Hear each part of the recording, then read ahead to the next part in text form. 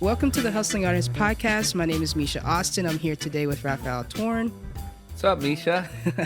How's it going? Great. Thanks Awesome. for having me. I'm glad that you're here. Today we're here to be here. Well, today we're here to talk about his hustling artist ways and in NYC. So can you just tell me a little bit about like maybe where you're from, how you ended up living in NYC, and then maybe, we'll just take it from there. I was born in France. My dad's from France. My mom's from Queens. She met my dad during a trip to Europe, and they kind of fell in love. Mm-hmm. And she settled over there. But I would come to New York in the summer to like meet my cousins and my grandparents. And as soon as I finished high school, I moved here, like within a week, and I just fell in love with New York. And I felt like the whole world was like available to me within New York, because of all the communities and all the cultures that are here, all the languages, all the religions, all the music. Sure. And I just totally fell in love with New York. And I've been in and out of the city for 20 years. Mm-hmm. But it's like the more I travel, the more I realize how special New York is. The more I like it. Got it. Because it just has a little bit of everything. Sure. Now, were you a aspiring musician when you got here, or is that something that happened after you moved here? Well, I would say in my own mind, I was an aspiring musician, but I had very little understanding of what it entailed to actually achieve that. Mm-hmm. So I played like in a band in high school, and those were like my best moments growing up, were like playing with that band. Mm-hmm. And so I just wanted to keep that feeling going, but that's all that I knew. Like I didn't really understand any of this hustling business side or, the level of musicianship. Sure. I was kind of like, well, this is like kind of embarrassing, but the truth is that, I was like more like those kids at the drum circle, that, like in the parking lot of a Grateful Dead concert. Yeah, no, I like, got you. They call now Buffalo drummers or whatever. Yeah. That I kind of started with that. That was my kind of approach, and when I came to New York, I met people that they had it was more like their a cultural thing. Mm-hmm. They had like a deep heritage, of doing that. So it was totally different and totally fascinating. And what was your like first training experiences, like when you got here, when you first realized, it's a little bit different from what I just want to be a musician, or a percussionist? So there's like in Central Park since the 60s, and it's still to this day, every Sunday near the lake, there's a Cuban rumba, right? Which is like a picnic, and people come and they bring food and beers, whatever. And they play traditional Cuban rumba, and people sing these songs, right? And I happened upon this thing, and I was like, oh, a drum circle, like cool. Let me play with these guys, right? Mm-hmm. And on that particular day, like the rumba traditionally needs 3 drums, right? As you know, and that day they only had like 2 drums, but I happened to have my conga with me because I was like, oh, I'm gonna go to the park. And it's like beautiful Sunday afternoon, I'm going to play my drum. So I go there and I pull out my drum, and they're like, yes, and now we have a 3rd drum. Like now we can really rumba, And so I take out my drum, and they're like, you can play. And I'm like, yeah, I can play. And I sit down, and I play some like Buffalo hippie drum beat, right? And some dude like rips the drum out of my hand. Oh no. Like literally just rips it out. Yeah. And it's like, they don't even tell me to listen. They just, they do this. Mm-hmm. They just tug on their ear, meaning like, just pay attention, right? Check it out. So I'm like watching the guys play, and I'm like observing, and they're playing rumba and da-da-da. And so then there's like a break in the music, after 10, 15 minutes. And then I'm like, okay, let me jump. I think I got it, So I jump back on my drum, and I play like 20 seconds, And dude like rips the drum like right out of my hand again. He's like, yo, just watch. Okay, just pay attention, right? Word. And I'm like, okay. And so that happens again. So I like watch for like 15, 20 minutes. And then I try again to play, and they're like, no. Yeah. No. They rip the drum out of my hand. And they're like, just watch, just try to learn, just try to listen.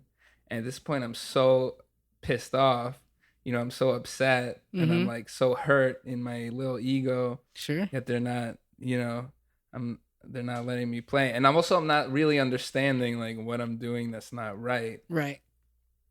And I was just like, I was like, fighting back the tears, right? Like biting the inside of my mouth.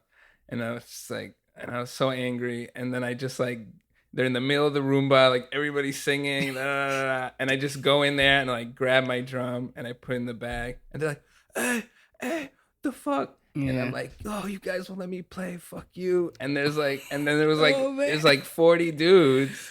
And they're like, hey, motherfucker, come back here. And I was like giving them the finger, like, fuck off, motherfucker. Like, you won't let me play, like, asshole.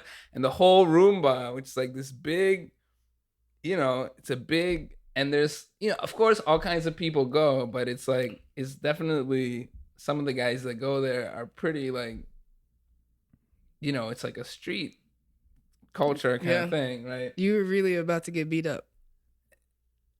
I mean, they were all like, yo, motherfucker, come back here. like 40 dudes. Yeah. Any single one of which could have kicked my ass. Right. Like, they didn't need to gang up on me 40-1.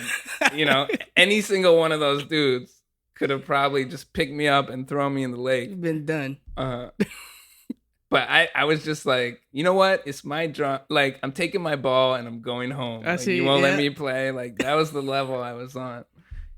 But based on that experience, I was like, fuck it, I'm going to show these guys. And I got a job bike messaging. In those days, you could still get a job as a bike messenger. And I started saving up to go to Cuba. And I was like, I'm going to learn this shit and I'm going to show these guys. So you went to Cuba for a while. Correct. Tell me about that experience. Now, had you learned to check your ego, or were you still, did you recognize what had happened there, or were you just still kind of like, I'm just going to plow forward kind of thing? No, I wish I could say that I had the wisdom to understand what's happened, but that would not be honest. The thing that I'm realizing even just recently is that it's like, when you're insecure, right, as I was, and still am to some extent, but when you're insecure, if someone gives you like a suggestion, even a loving, well-informed suggestion, it sounds like a criticism, right? So like, if my mom says, take a sweater, it's cold outside, she's thinking like, oh, it's my son and I don't want him to get sick. And it happens to be cold outside. What I hear is, oh, you don't know how to dress yourself, right? Sure. Yeah. So, when I would hear like, no, that's not how it is, I would think like, oh, they don't want like a white person to play, or you know what I mean? They don't want to share. Like, I don't know. I would make up like a fake reason why it wasn't that I didn't know. It was that they something. I couldn't even tell you exactly. It's not even like, it's not always like a thought out thing. It's just that you put up that wall when someone's like, you're doing it wrong, and you're like, I can't hear the constructive criticism. Right. You just clam up or tense up or shut off, because it's like, what you hear is a criticism. It might not even be a criticism. It might be a loving suggestion. Sure. And do you feel like, sorry, this is like a tangent that I didn't really think we would to go on, but do you feel like music and your study of like Afro-Cuban and Cuban percussion and has helped you iron out those like the mental strength part of being a musician? or an artist? I would say it's been a long process, but it's one of the most valuable things I've learned through music. Mm-hmm. And uh, it was, I think the lesson really, when I started going to India and I had kind of a tabla phase many years later, that those lessons were really driven home Mm-hmm. because humility is so codified and so important um, within that teacher to pupil relationship there. Sure. It's like very explicit.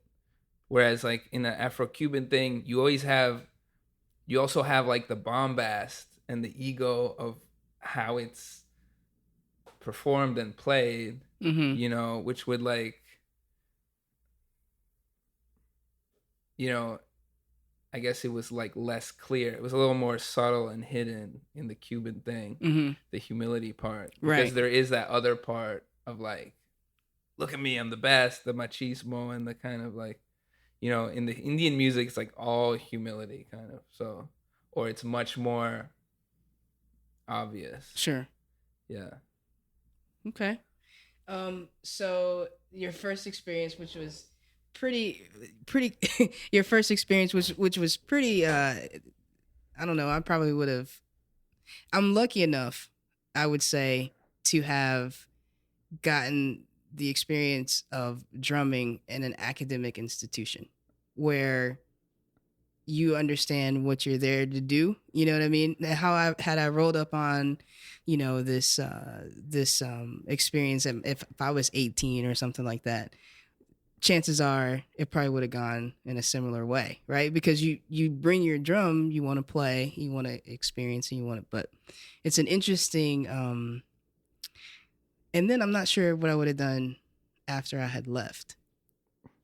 You know what I mean? Like, I'm Mm-hmm. not sure if I would have been like, fine, I'm gonna go to Cuba. Forget it. I'm just gonna go to the source. You know what I mean? Like, Mm-hmm. that's pretty ballsy, to be honest with you. Well, I was crying. I mean, I was crying. I was like so devastated Yeah. because I was like, I'm a drummer. Like this is what I do, Sure. and um, I mean, this is like embarrassing to talk about, honestly, but it is the truth. Like when I was like growing up in the suburbs of Paris, Mm-hmm. with like only white people, Mm-hmm. I would listen to like, I don't know, Bob Marley or whatever, and Mm-hmm. I felt and I was like, these are my. I was like, I just felt like this kinship. Like those are the people that I'm connected to. Mm-hmm. The people from like the Caribbean and this music and everything else. And I just had no idea where they were coming from or anything else. They Mm-hmm. just seemed like rebellious and they seemed like against the system that I didn't like, and I just had like no idea about any. I just assumed, that they were like, this was like, I felt out of place growing Sure. up. Yeah. And I was like, oh, those are my people. But then when I met them, they were like, no, you're not one of us. Get the Mm-hmm. fuck out of here. Who do you think you are? Yeah. And it was like very shocking, but of course, in retrospect, it's like, why would I assume that I'm part of that? Like, I don't know anything about what it was like to grow up, how they grew up, or anything about, Now, would you say that you may have like experienced like, I don't want to use like the word reverse racism, or do you feel like you've experienced that in certain ways, like you weren't accepted because of your skin color in those spaces? No, I think that I didn't understand the cultural norms, Mm. but I Mm-hmm. assumed that I did. Mm-hmm. So I had like a sort of almost like an entitlement thing. Like, oh, I can be part of this. Gotcha. And they're Like a like, privilege well, type thing. yeah. Mm-hmm. I think it was that and it was like because like especially Cuban society is very multiracial, Mm-hmm. and the community has, I don't know, for lack of a better word, has like norms and protocols that that hold it together. Sure. The community is like kind of it's not united by skin color. It's united by like cultural elements. Mm-hmm. So if you're like if you're not in a, if you're not in respect in accordance with that, then you're not part of the thing.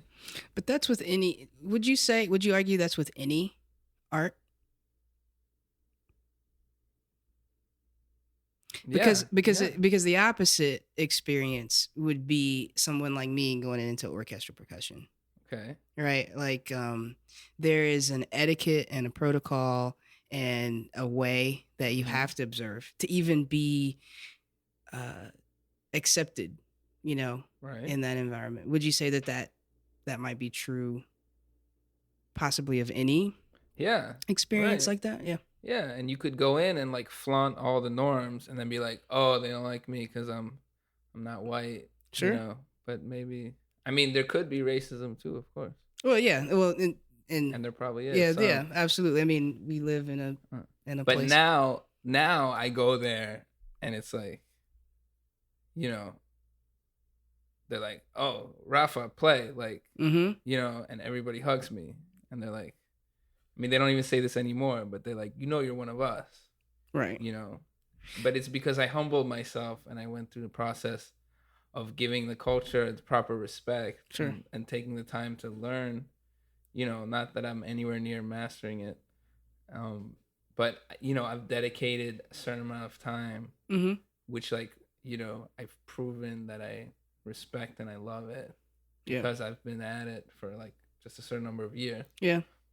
What experiences have you had as an artist that kind of mark you as like they kind of brand you? Like, this is Raphael Torn. He does this. Right. So I would say doing The Lion King for sure.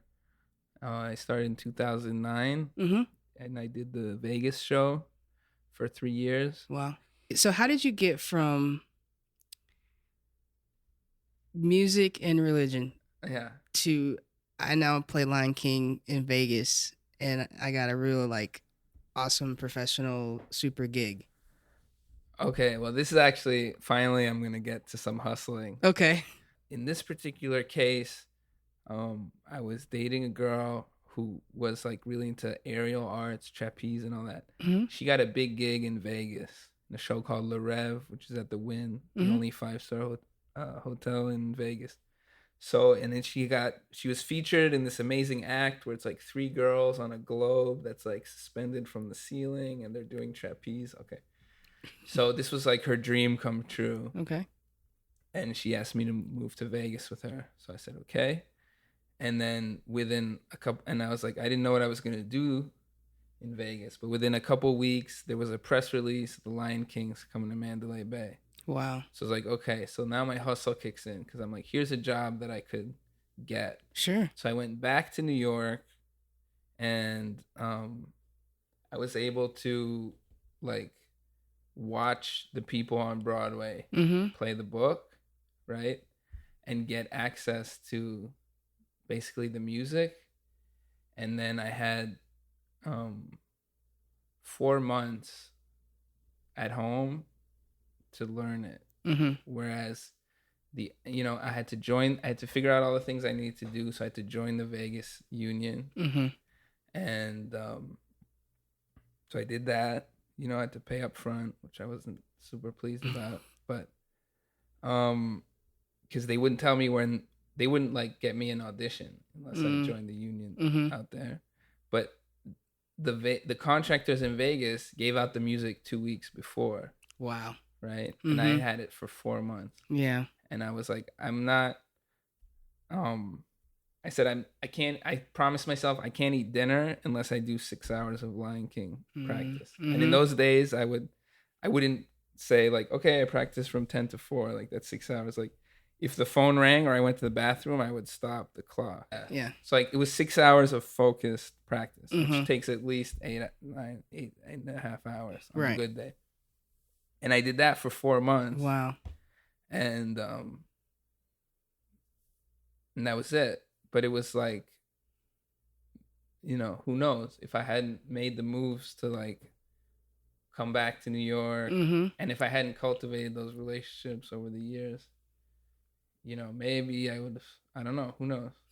But as I created a big advantage for myself, which was to be the most prepared person. Like I Yeah. knew the entire show by heart I'd at say the audition. you probably walked in and like nailed it. But still, when I got to the audition and like the table was there Mm-hmm.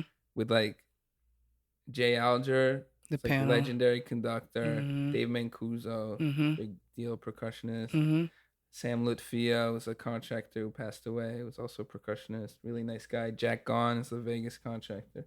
Michael Keller, who like contracts half the shows on Broadway, Mm-hmm. and Clem Ishmael, who's the music supervisor of Lion King. You know, and this like table of like dudes that are just like staring at you and have been listening to like horrible percussionists all day. They're just like hating their life. Yeah. Man, my hands were shaking. I'm sure. You know, literally, like my hands were like this, and I was so nervous, Mm-hmm. so nervous. And actually, there's a song that's in the show that's in the audition called "He Lives in You," about how your ancestors, even though they may be gone, they're still with you. You know, and that song has a big djembe solo in this breakdown. There's like a dance breakdown, so that's one of the things they wanted to see if I could play. And we played that song, and like I thought of like my grandmother who had passed away, but who had like always wanted to see the Lion King, and like how proud she would have been if I got this job. Sure. And I like, you know, I thought to like reach out to her, and then my hands stopped shaking, and then I just like played like with 110% of my heart. Yeah. You know, and I remember at that moment, like when I made that switch and I kind of prayed in that moment and got soothed by either the spirit of my grandmother or just my own thought, whatever it was, and my playing just got liberated, like my fear lifted, and I saw, and I was taking the solo, and I saw the contractor's foot under the table. I saw him going like this because he was like, you know, I saw him like pounding his feet because he was so excited that they finally we found somebody who could play this book. Yeah. You know, that's amazing. It's actually a really amazing story, and not story, but like actually process, right? Because you didn't know what was going to happen when you moved to Vegas. Right. I mean, what kind of jobs were you doing before? Just any gig, any freelancing gig? You were kind of doing that type of thing. I was in New York. Yeah, I was doing a lot of like weddings. So I was making a decent living, but not really finding the work very fulfilling. Playing a lot of top 40 type weddings. You know, you play like Motown or Earth, Wind and Fire, or ABBA, Sure, Beyonce, whatever. Now, is this percussion gigs or is this drum set stuff? Percussion. Okay. And then I was doing, I had a band that was like Indian Afro-Cuban fusion band. It was like kind of like an artsy project, but it was like the interpersonal dynamics of that band was really like not good, at least for me. So I was like loving the project, but really struggling with the people. Sure. And it was nice to just be able to say like, okay, like I'm gonna walk away from this just because I have to move to another place. I'll see you guys later. Let's see. No, I get you. No. Yeah. Okay, so then you got to Vegas. You landed this job. So can you talk a little bit about? So you stayed there for 3 years. Yeah. 3 years. So what brought you back to this side of the country? Well, then that production was about to close, and I was offered a tour with Cirque du Soleil. Okay. So because, you know, I would have probably liked to stay with Lion King for longer, but because the show was like 2 months from closing, then I kind of was like, okay, this is my chance. You had to jump to the next thing. I jumped ship, right? So just before the show closed, I went to Japan and I joined one of the Cirque shows on tour called Kuza. And I did that for about 2 years. And then I got kind of burnt out from the road and everything else. And I just like decided to come back. And what year was this, you think? This was when you decided to come back? 2004. 14. 2014. Yeah. Okay. So now you're back in New York City. Mm-hmm. And what's going on in the city for you now? Like when you get back? Man, it was like starting from scratch. Relocation is tough. I had been away for like 6 years. Mm-hmm. And, you know, I contacted everyone I knew. Definitely some people were like, oh, you're not in Lion King anymore? Oh. Like now you're contacting me? Mm-hmm. You're not, what's the matter? You're not having the big time gig anymore? And I met some new people. Mm-hmm. You know, luckily I met Gabe, met Victor Pablo. Mm-hmm. We got a place together in Union City. Mm-hmm. And it was a humbling process. Start over, do $50 gigs, $75 gigs, hustle here, hustle there. Mm-hmm. Yeah. You know, luckily I had some savings to fall back on. Yeah. So I could be a little bit choosy, you know, but definitely I had gotten soft, you know, like I had not hustled at all for 5 years. Yeah. And I hadn't really, like, I played every day, but, you know, I didn't have like that practice focus that because I'm playing the same show. So you know, at some point you can basically play it in your sleep and you don't have to practice. You know, I gotten a bit lazy and it was tough. Yeah. Like to get your chops back, to get your energy back, to get all that. Yeah. Yeah. And I question, of course, maybe I'm too old now. Yeah, I've Maybe been there. Just move to the West Coast. Yeah. You know? Yeah. Where you can live nice for cheap, this whole New York hustle. Yeah. Yeah, definitely. The relocation thing, I'm thinking, you know, am I ever going to go back to Atlanta? And I feel a little bit like you feel, right? Like if I went back to Atlanta, it would be like starting over again, because I've started over once when I came here. And you know, it's still in the beginning processes of starting over. So I wonder if I have the energy for it, really. Like, but I think once you're a hustler, and I think once your passion is like lit, I don't think it ever really goes away. I mean, I agree. You know, I've started over so many times. Yeah. You know, because then I went. The Lion King called me for this China thing. I remember. I had to come back and start again. Yeah. Every time you jump out of the pool, you got to redo everything all over again. So you got to cost benefit. You know, you got to figure out if it's worth it. Sure. Yeah. Well, this actually, in terms of economics of like having a tour gig versus getting a running show like you had, and versus like freelancing, would you say that, could you talk a little bit about the ups and downs of all those different experiences?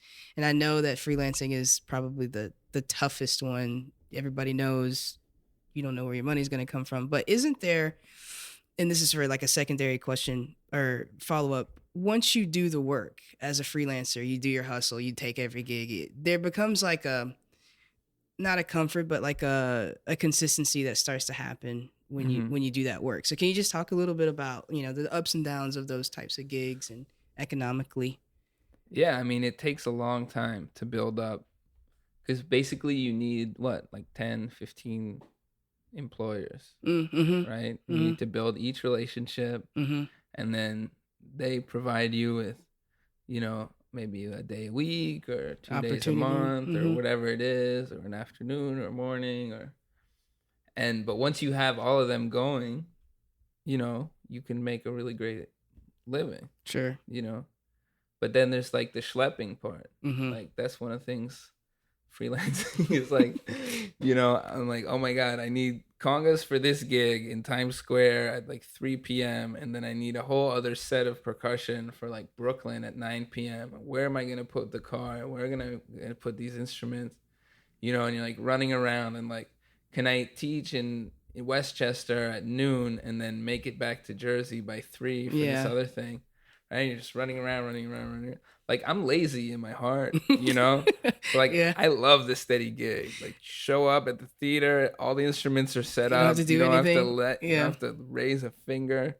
Yeah, you just go and you play, and then the second it's over, you just like put on your backpack or whatever, and you go home. You don't have to lift an instrument. You don't have to look for parking. I'm like, If you that's had the to, life. if you had to speak to like a young percussionist out there that's like, man, I'm going into, this school and I want to move to New York City and I want to have, the freelancer life. If you had to speak to them, because, we don't get in school, you don't get that whole conversation of the business part of it. Mm-hmm. No one's ever really said you need like 10 employers. That's actually something that, isn't all that philosophized in an academic world. Right. What would you say to that young freelancer to be like, you need to expect A, B, C, X, Y, and Z, which you can't do that for them, but what would you say? Wow. First of all, I think that's a really great question. And now that I'm back in school, like I constantly am noticing how much that's lacking. Oh yeah. You know? And a big challenge for me is to like keep my big mouth shut. And be like, okay, I don't necessarily need to point out that this huge deficiency every time I notice it. Sometimes I can just keep it to myself. And a lot of it is that the teachers don't know because they went from high school to college to grad school to PhD to teaching. Sure. Right? They don't know. So how could they prepare you, even if they had the best of intentions? But that's why the first thing is gravitate. My thing is gravitate towards the teachers that are gigging, right? Mm-hmm. And I see a lot of students, they don't do it because they like the people that have just only been students their whole life, professional students, and then go straight to academia. Because the way they teach is extremely didactic. It's like they have a syllabus. It's like printed, so neat. They never reschedule their classes. They have a method to teach you. It's extremely structured. You know what you're doing. You know what's expected of you, right? There's like an element of clarity and safety with those teachers that like the students like, right? Right. The teacher that's a professional, he might have a more, he might not be as consistent with his method, or she, they might need to reschedule their classes because gigs come up, whatever. Sure. But those people know, those people have something that the academic teachers don't. Absolutely. Which is like how to become a working musician. And believe me, if the other guys could be working musicians, they would do that too. So even though that teacher might be more challenging for you, take you more out of your comfort zone as a student, like go with that person, right? And that person that's working might also be an adjunct, right? They don't have the political whatever to reach the tenure professorship, so they're not like high up in the hierarchy of the academic structure, so they don't matter as much for your degree, whatever. Who cares? If you love music and you want to play for a living, then find those people within your school, and hopefully your school has them that are playing, right? That make a living playing, and find out what they're about and what they expect of you and what they want from you. And it's not going to be as clear as, okay, week 1 you have to play these 4 rudiments at these beats per minute, and week 2 you have to do this at these beats per minute. They're going to be more. It's not going to be like that. I'll give you a funny story about that. So when I went back to school to study music, because I had got a degree before that, and the person that I was studying with, an amazing freelancer around Atlanta, and because I had just come from this law degree, I had this really naive idea that music was going to be like an Excel spreadsheet. Like you need to learn this piece and it goes at this tempo, and you perform it on your freshman recital, and then you need to learn these. You just have this idea, and he 100% broke me of that idea, like almost immediately, because I was like, because I'm thinking to myself as a Black female and coming back to school, you have to be successful. There's no way that you can turn around and do this second degree and then not make it work. So what's everybody doing? So I was just like trying to compile all this information. So North Texas was like in the South, the percussion school that had everything like laid. You can go on their website. They lay everything out. You need to learn these mallet solos. You need to learn these excerpts, these timpani solos. I got all that stuff and I took it to John, and he looked at it and he was like, well, you could do this. I could take you through this, but like, what do you like? You do it, what do you want to do? And I was like, oh, I want to be a freelancer. And my education, which probably right now in this moment that I'm thinking about it from him, was him opening up doors for me to have professional experiences while I was an undergrad, playing with orchestras, playing gigs, doing that type of thing, taking lessons from him weekly, but like understanding that what I was using and what I was learning was going to be used like this weekend when I actually played this orchestra gig or this triangle. It wasn't just like this, like, thing that you couldn't imagine. So what are you doing nowadays? What does life look like? I'm going to grad school. Right. And I have, the immense good fortune to be studying with one of the percussionists in the world, who I think is the most versatile and knowledgeable, Rolando Morales Matos. And he's like the reason I'm going to school. And he's like one of these guys who works at the highest level in orchestral music and Broadway and jazz and Latin music. And he's kind of the only person I know who does that on any instrument. And he's besides being a great musician, he's a great teacher and he's a great person. And he has a lot of integrity, a lot of humility, a lot of human traits too that I'm learning from as well. And everything else with the school is like, So the first time I met him was in Vegas because when I got the Lion King gig, they sent him out there to orchestrate the percussion stuff, right? Yeah. Because they have incredible musical directors, who can like orchestrate the voices and have ears on a level. But percussion's a different thing. But I didn't really understand who he was because he was just another Disney person coming and telling us what to do, and there were so many. Gotcha. And so now you're getting your master's. You're studying with him, right? But studying like what are you studying with him? Mallets, orchestral music. Gotcha. Okay. Timpani, marimba. Very cool. Snare. So what is it that you want to do now? So you've had this extensive experience, and now you're getting your master's and in this new area, right? Essentially. So what is it that you're aspiring to do with this degree and with your experiences now? Well, I'm also hustling on the side just to finish the last question. Yeah. So I'm doing the graduate studies. I'm playing with a couple salsa bands. Cool. Like 2-3 gigs a week. And I'm working on a new show called Pedro Pan, which is like a musical, Broadway style musical that's in the workshop phase. Okay. About Cuban Revolution and this. Wow. So it has some Broadway, some Cuban. If you freelance,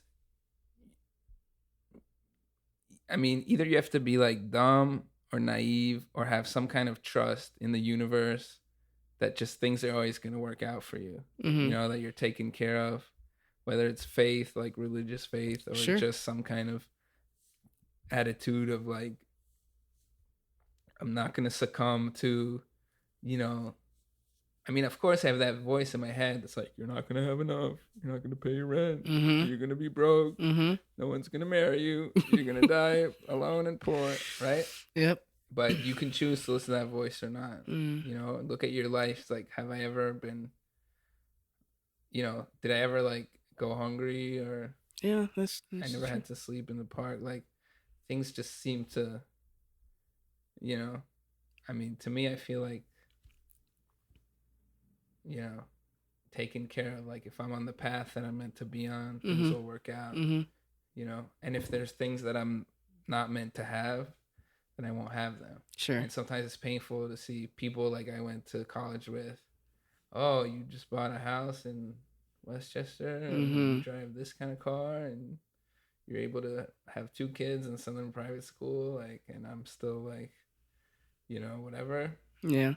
That can be painful. Like but then, I mean, it's up to each person has to decide, like, if you're gonna live your life by comparison to others, or if you're gonna live your life by, what your heart calls you to do. Sure. So I think that's like a really personal choice for each person. Yeah.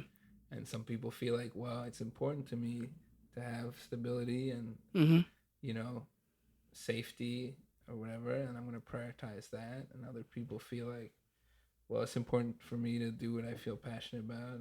And, if there's like material repercussions, then I'm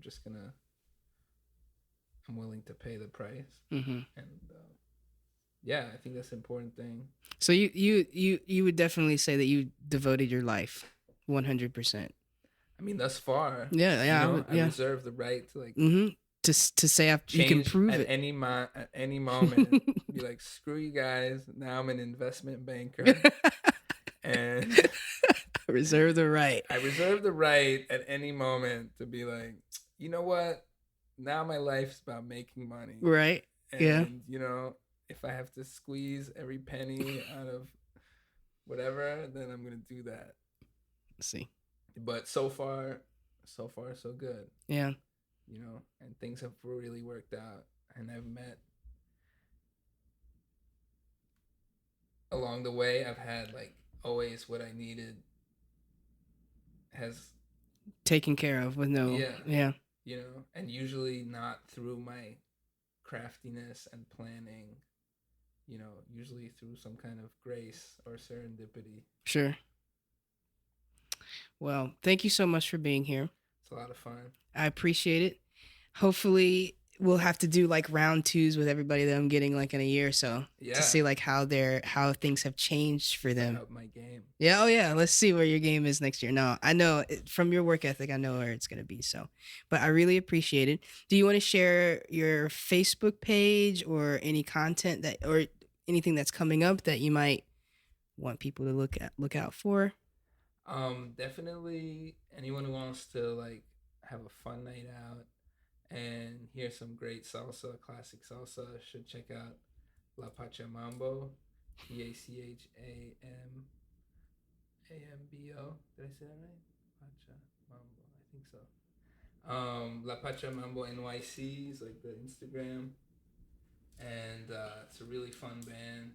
We play a lot, like usually at least once or twice a week around the city. And yeah, my Facebook is just Raphael Torn. Okay. And I update it like sporadically, but anyone, of course, feel free to get in touch, friend me, send me a message, let me know what you're up to, and love to hear from anybody, feedback, questions,